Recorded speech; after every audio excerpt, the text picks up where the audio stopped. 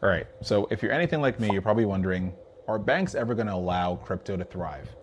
There's a lot of cryptocurrency related jargon and talk that's pretty much being pinballed by all of these institutions.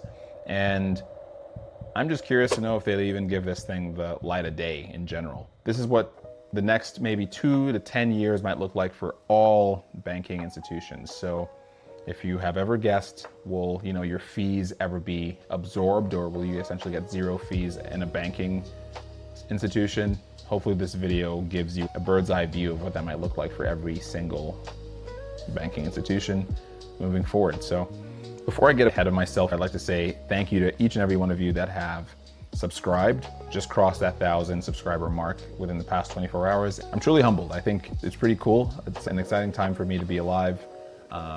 I'm truly grateful, and I actually don't want to, I don't want that to be taken for granted. So before I get into this, I appreciate you for subscribing. If you haven't subscribed yet, don't forget to hit that subscribe button, the like, share this video, and just hit that notification bell, because I'm going to be posting these a little bit more frequently as these interesting videos come along.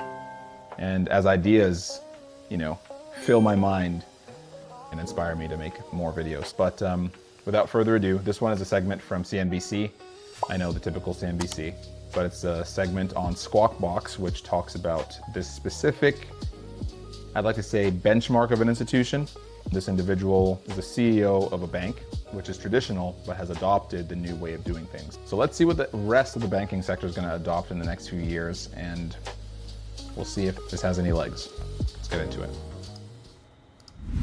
This morning, we got the guy at the desk, SoFi, launching crypto trading on its platform. Joining us right now, first on CNBC, is SoFi CEO Anthony Noto in town. Nice to see you, sir, in person. Good to see you as well. Okay, so what's going on here? This is a big deal. Yeah, this morning, It's a very big deal for you. It is a very big deal. It's a big day and a big milestone. Reverses the course of time. It does. We've wanted to be a one-stop shop for all your financial services needs, and one of the holes we've had for the last 2 years was in cryptocurrency, the ability to buy, sell, and hold crypto. We were not allowed to do that as a bank. It was not permissible. But in March of this year, the OCC came out with an interpretive letter that it's now permissible for banks like SoFi to offer cryptocurrencies. So this morning we're launching, as the only national bank, the first and only national bank, the opportunity to buy, sell, and hold cryptocurrencies like Bitcoin, Ethereum, and Solana. So I was going to... Hold on a second. Bitcoin, Ethereum, and Solana. He totally skips over like 2 or 3 other assets to get to Solana, but so be it. This guy is essentially an example of a first mover in a space. So he says he's the first, or their company or institution is the first to do this.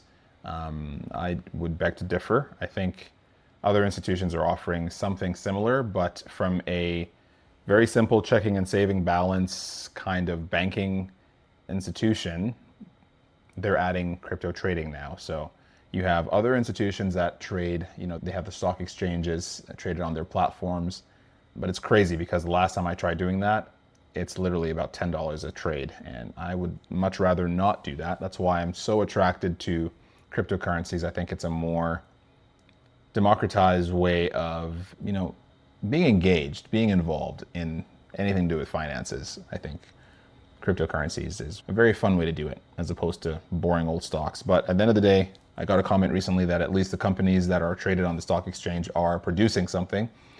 Apparently cryptocurrencies are not worth anything. So I guess we'll find out what the rest of the world thinks in the next few years. Are we just talking about 3 for now? We'll expand well beyond 3. It'll be a pretty broad assortment. We try to differentiate on being fast, having broad selection, great prices, ease of use. So we'll try to give members, SoFi members, as much selection as they would like. And what's the was difference SoFi partnered between with, I going wonder? through you and going through Coinbase, or going through Robinhood, or somebody else? Yeah, there's a couple of really big differences. Look, the funny thing is they started the conversation with, oh, we only use Bitcoin, or we only trade Bitcoin, Ethereum, and Solana. And then in the backdrop, they have XRP at the bottom with the lead, with the most in losses, by the way. So there's a whole psychological play that's being presented here, and it's pretty interesting. Apparently Bitcoin is safer because it's lost less than XRP has. Ethereum is safer because it's lost less than XRP has. Solana is safer because it's lost less than XRP has.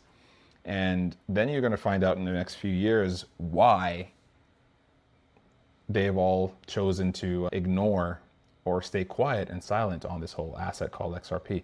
I don't know.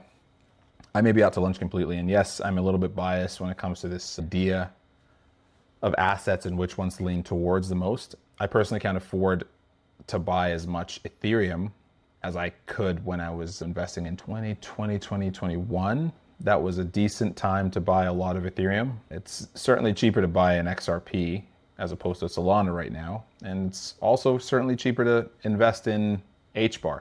Not financial or investment advice.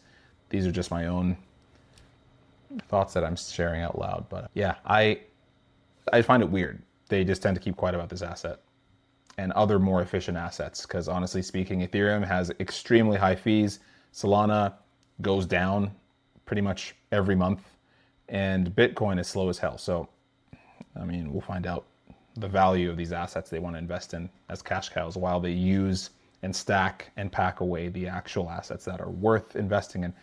I don't know. Sometimes I wish I didn't think this hard.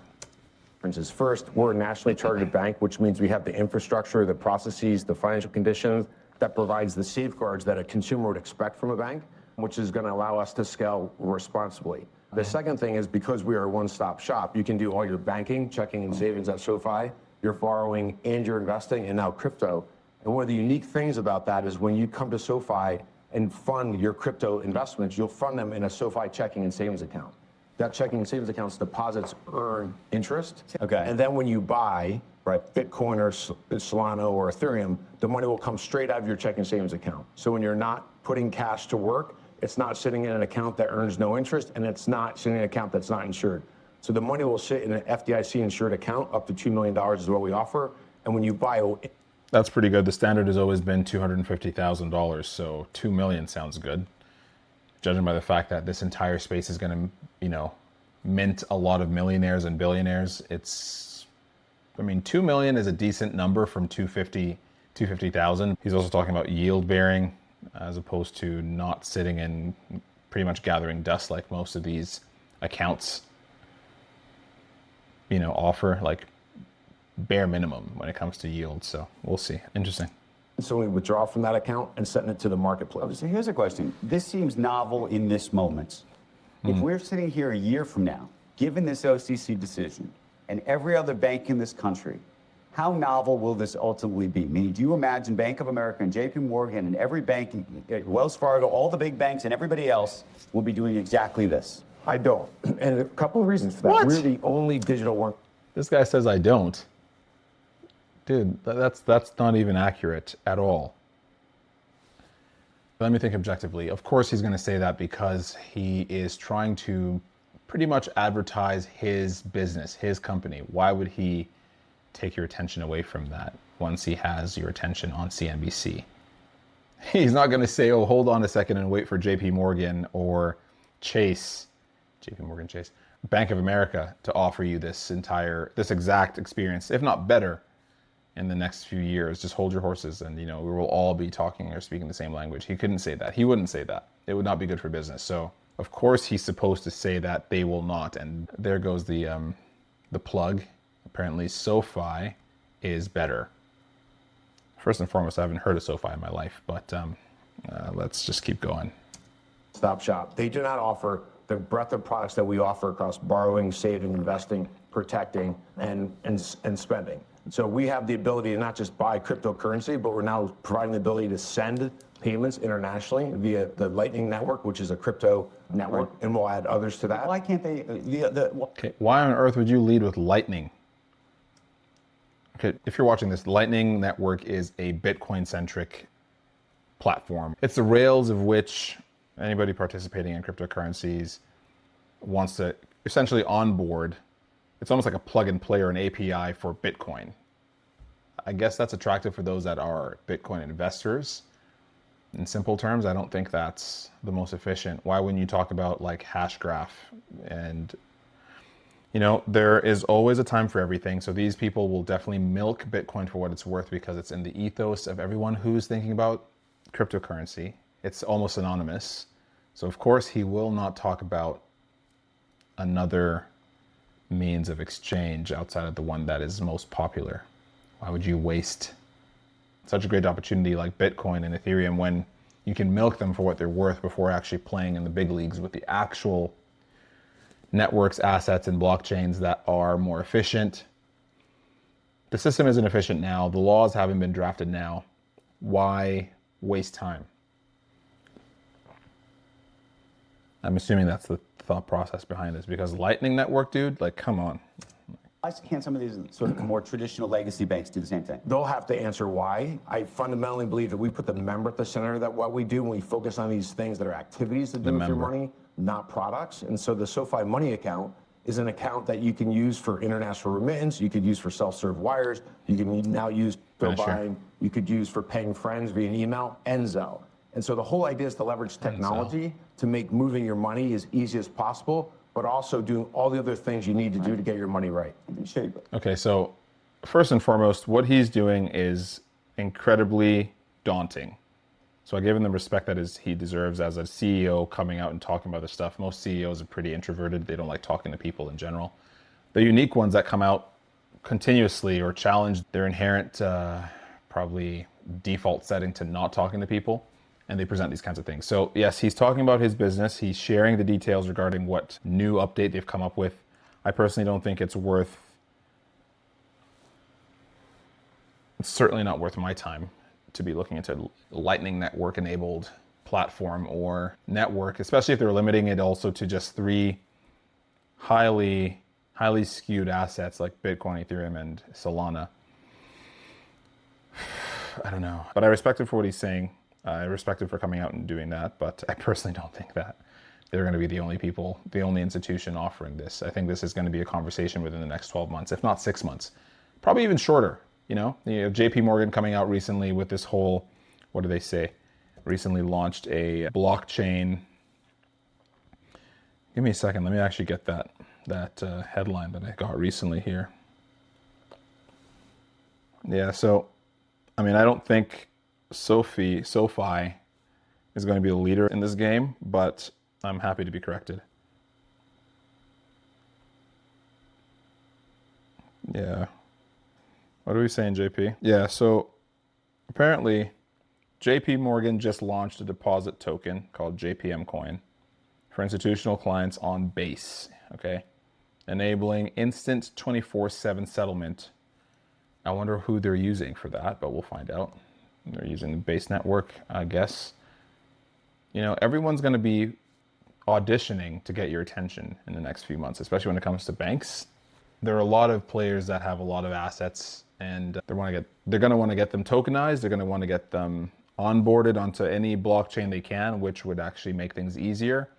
And I'm just going to consider this conversation that this guy's having with the CNBC anchor as a test pilot. This is a test pilot to see what it's going to look like. And I guess we can assess how well it's doing for SoFi in the next quarterly earnings report. We'll see. We'll see in April of 2026 what that looks like anyway. Let's go ahead. Can we just put Bitcoin up on the screen for a second? So we're at about, 105,000 today? I don't know where we were. 104 and change. So what do you make, though, of how your new your clients who may be buying this should be thinking about this? Should it be digital gold? Should it be a speculative asset that they're, sort of trading? What do you think of this? The first thing is we've asked our members what they want, and 60% of them have said they would like to invest in crypto, but they want to do it from a regulated entity like a bank, and that's what we are, and so that's one differentiation. The second is it is a highly risky asset. It should be a very, very small piece of a total portfolio. And okay, let's remain objective. Did this guy say Bitcoin or did this guy say cryptocurrency? Let's see. Differentiation. The second is it is said they would like to asset that they're thinking about this. Should it be digital gold? Should it be a speculative asset that they're, sort of trading? What do you think of this? Okay. The first thing is we've asked our average into it and make sure they stay very diversified. To be a very, very small piece of a total portfolio and do it from a regulated entity like a bank, and that's what we are, and so that's one differentiation. Sorry, the second is it is a highly risky asset. It should be a very, very small piece of a total portfolio, and people should dollar cost average into it and make sure they stay very diversified. Because it is risky and it is volatile, you could lose all of your money. Dollar cost average meaning take your time and accumulate consistently. That's how you dollar cost average. To do it consistently, not to lump sum and, bet the entire farm on this stuff. Then again, he's talking about Bitcoin specifically. It seems like that's in vogue right now. Everyone's doing it. So I guess when he says diversify, I think it's worth it to look at other assets that are actually more impactful than Bitcoin, because apart from the fact that you have a lot of treasury companies, or rather companies coming out creating Bitcoin treasuries within their institutions, it's almost like they just pick it up and park it and just wait for it to grow. It doesn't actually do much. That's a similar argument that a lot of people online are mentioning about XRP, but that I believe has a lot more legs than Bitcoin, especially when it comes to speed and finality of transactions. I don't think you're getting that with Bitcoin, but let's move on. And we want to make sure that our members understand that. But they do want exposure to that, just like people wanted exposure to Amazon back in the mid-90s. Risky, now it's $1 trillion company. What is your exposure to all of this in terms of the risk? To- What is your exposure? What a question. That's rude, isn't it? Isn't that like taboo to ask someone how much they're worth in person? Well, the system. If everybody were to do what you're doing, what kind of exposure would ultimately the taxpayer have if all of this, if Bitcoin goes from this to, loses 50% of its value? It's like any the taxpayer. He's asking about an individual. asset. If it becomes overvalued, that risk increases increasingly over time. If there's a lack of liquidity, that risk increases, and those are all things members should understand. Liquidity. We provide education on the platform, and in fact, when we used to provide cryptocurrency investing, we would have a warning just before you hit buy that said, this is a risky asset, you could lose all of your money. They're mandated to do that. That's kind of the regulatory expectation when investing in anything. It's not just crypto. Now, what is he talking about? Diversify. What's the risk profile you should be? Okay, let's keep going. Our press release, we say that exact same thing today. So it's just another asset that's not proven over the course of centuries that will take time to level out and become more stable from a price and valuation. Now, what is proven over the course of centuries is physical gold. And likely very close to that is physical silver, along with a bunch of other precious metals. So over the course of centuries, that's one thing to consider. Bitcoin, is that the answer? Well, the past 10 years have shown that it does have a lot of pull. Let's just say that. I wonder what the Clarity Act is going to show or reveal. I wonder. I actually can't wait to dive into the whole draft that was released by the Senate. Which Senate part? Let me just confirm this here. There was a recent release, a draft released from the, which institution was that? That was a bipartisan market structure discussion draft from the Senate Agriculture Committee. And there's some pretty interesting topics that were discussed. There was like 100+ pages. They talked about spot markets, digital commodities, and the CFTC's jurisdiction. So that's something I'm going to dive into in the next video. I think that's actually worth discussing, and it'll definitely fit in quite nicely with what we're talking about now with this particular video. So I'll touch on that a little bit later. 1 second.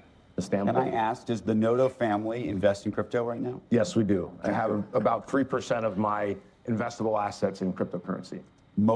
About 3%. Again, I don't know if that's the right thing to ask. How much are you worth? How much do you invest in? But I mean, hey, it's going to be public ledger domain at any point in time soon. So, oh well. He probably has a lot more than what he's saying. Why would he come out right and say the truth on national television? Integrity is definitely one thing, being honest, but there's also the likelihood that he doesn't actually need crypto to live his life. So he probably has a lot of other things and financial vehicles working for him. So, I mean, you're the CEO of a company. Why would you, if you don't need to? I don't know. Interesting. I find that interesting because a lot of these institutions came out talking about Bitcoin and cryptocurrencies in general as the hub for criminals. While, mind you, criminals also use cash. Criminals sometimes use other barterable items to transact.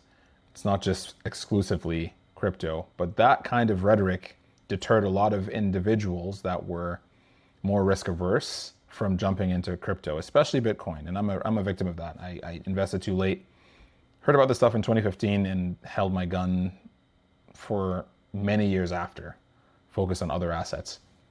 Not regretting, I'm definitely grateful, but you know,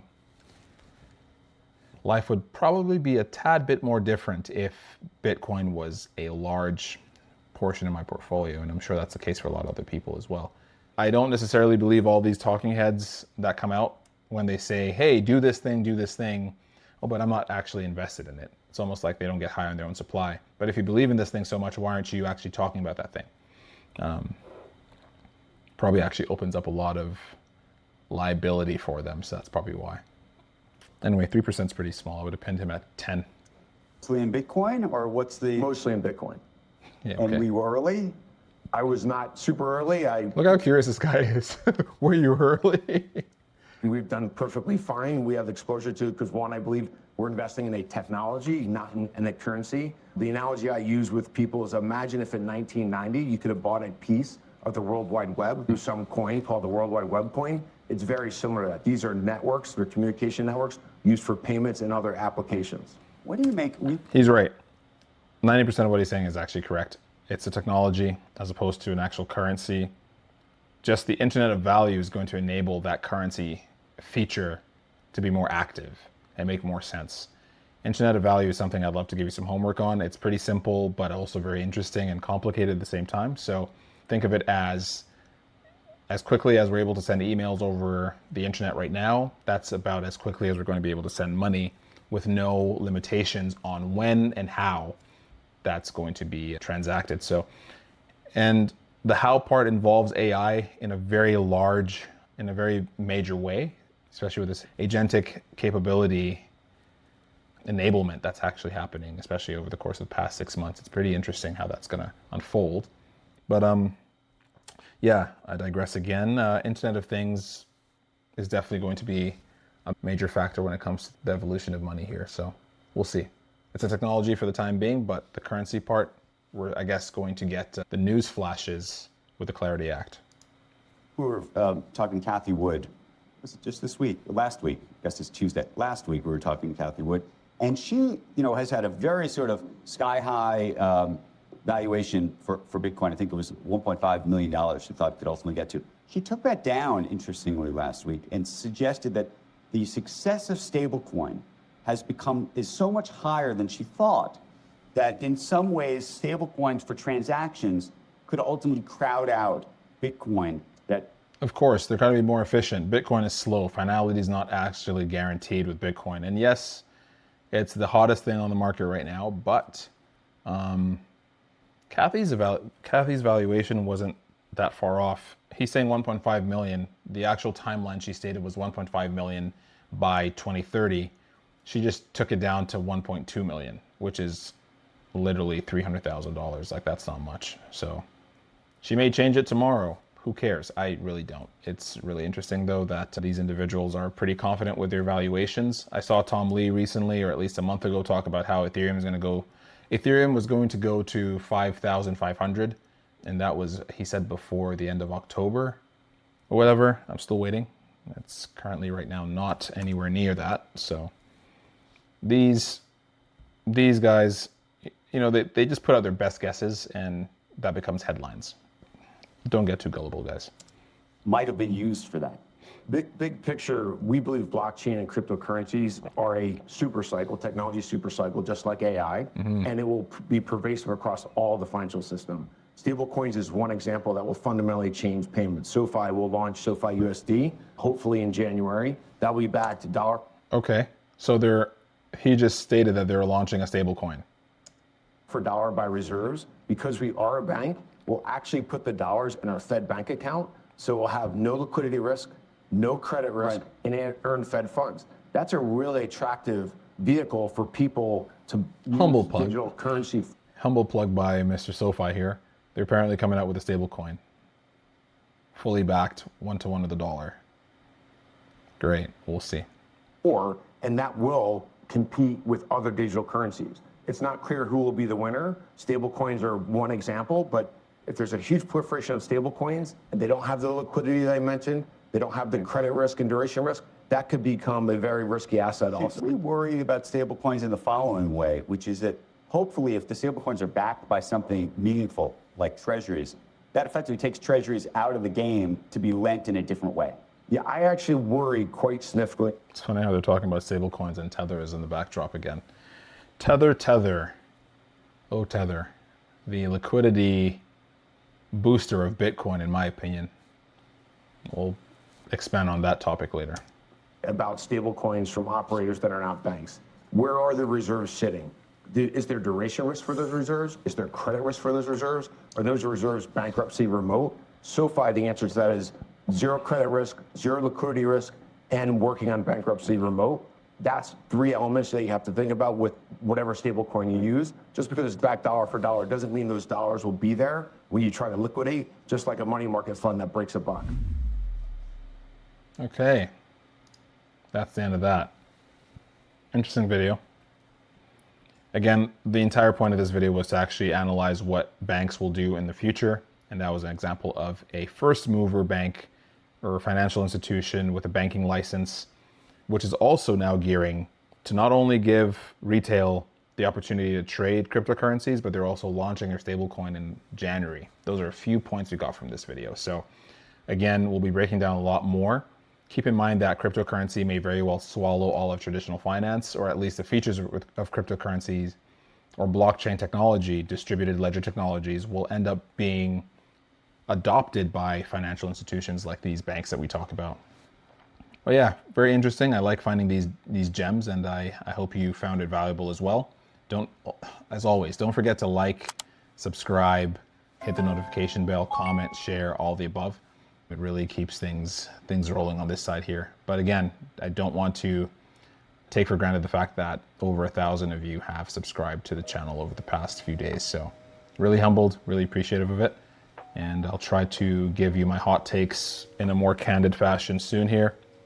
I think keeping things that way makes it very interesting for me to just share my opinion, but obviously within the confines of YouTube's policy or whatever other platform I'm posting these videos. So as always, don't forget to follow on the other platforms that I have, on TikTok, on Instagram, on X, FutureTrendToday on X.